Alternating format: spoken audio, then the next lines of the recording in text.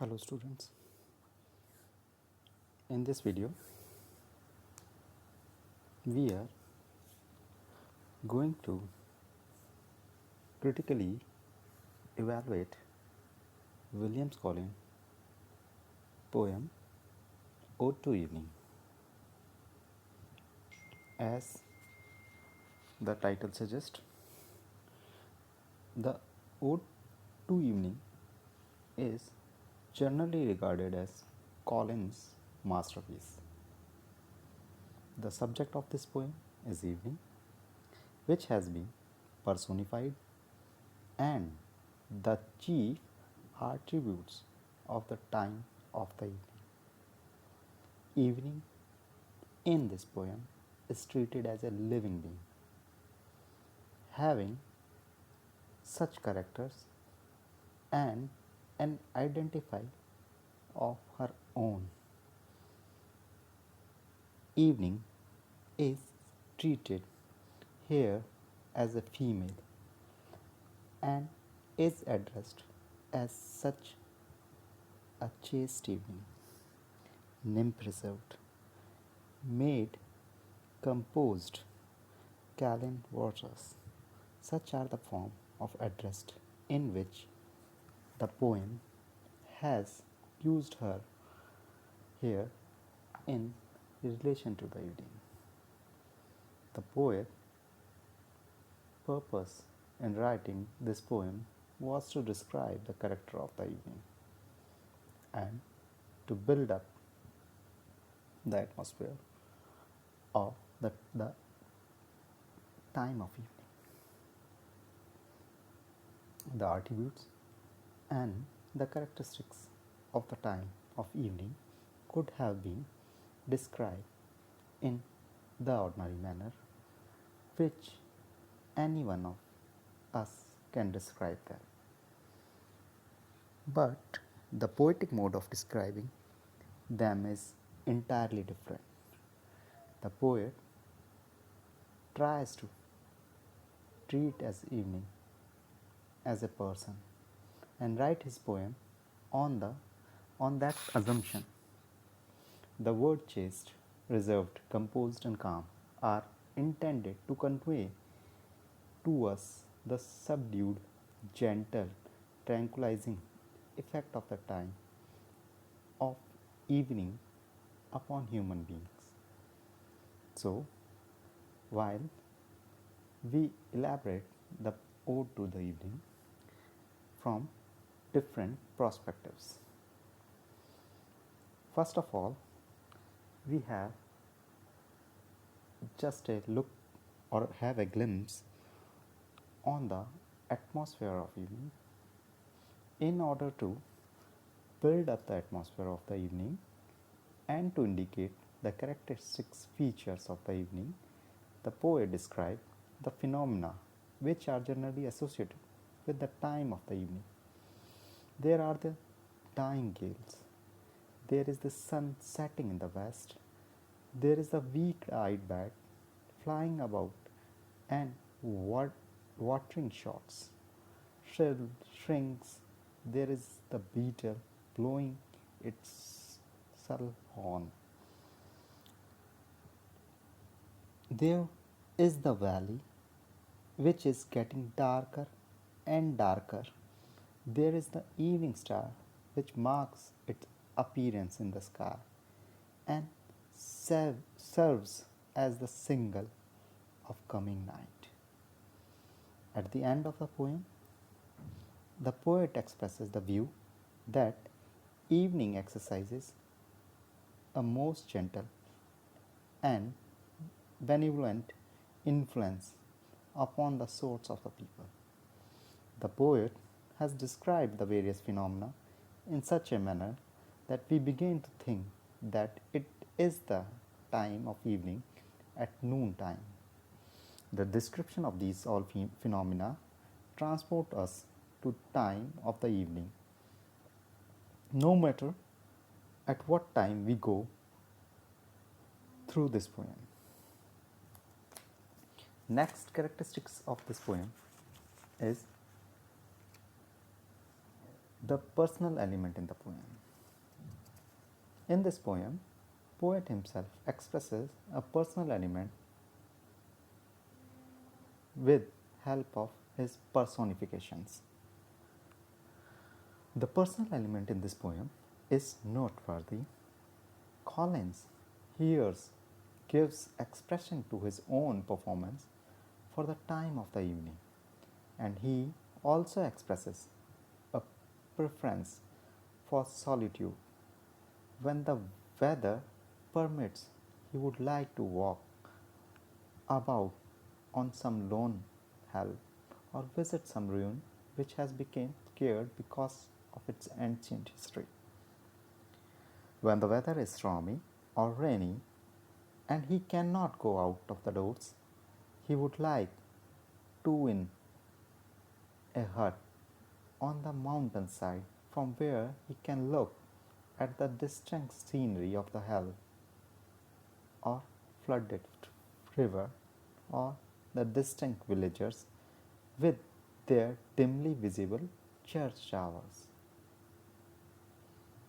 In this poem, we also receive neoclassical and romantic feature. This is also a feature or characteristic in this poem. In this poem, we see Collins both as neoclassical poet of the 18th century and as a precursor of the Romantic movement, which began in 1798 with the publication of the lyrical ballads. Certain aspects of this poem shows Collins' romantic nature and temperament, while certain other aspects shows him as still a follower of the 18th century neoclassical method of writing poetry, the personification of evening, the sun, the hours, the pensive pleasures, and of the various seasons county this poem with the neoclassical technique of writing poetry. In fact, personification are here carried too far. The use of conventional phraseology or poetic diction in this poem is another neoclassical feature, such as darkening veil, sheets, freshing dew, still lake, chill blustering winds, or driving rain. Dim discovered spheres, their breathing trees, the sylvan sheets, all these are the examples of 18th century poetic diction. The moral which has been tagged to the poem at the end of its another feature of neoclassical poetry.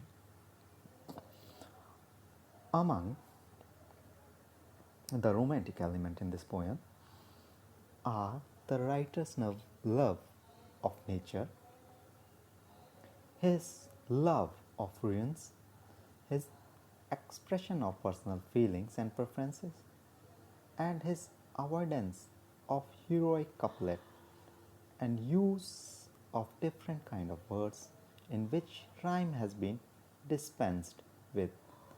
The ode is an excellent specimen of poetry sentiments which anticipates the coming romanticism. Next feature of this poem is the moral and the didactic element at the end. At the end of the poem, the author has sounded a moral and didactic note. In the closing line, he speaks of fancy friendship, science, and health as acknowledging the gentle influence of the evening. In other words, the poet here expresses his view that the time of evening has both a stimulating and a tranquilizing effect upon man of various kinds, man of fancy, including poets and other artistic believer, in the ideal of friendship, man of science, and man who regarded good health as one of the chief aims of life. Evening is the time when intellectuals, including artists, enjoy a peace of mind and a serenity which restore to them all the energies that had spent during the daytime in the doing their professional works. According to Campbell, the ode leads us into a haunted ground of imagination, just as Kansiman focuses our attention upon the acoustic of the emotion in this ode.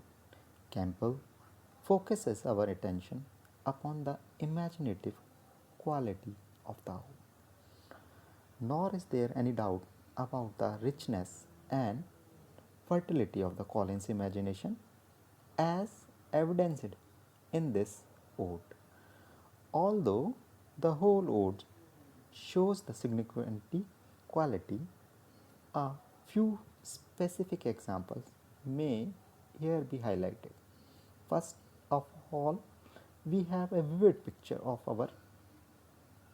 a pilgrim traveling along to light path, quite needless of his surroundings.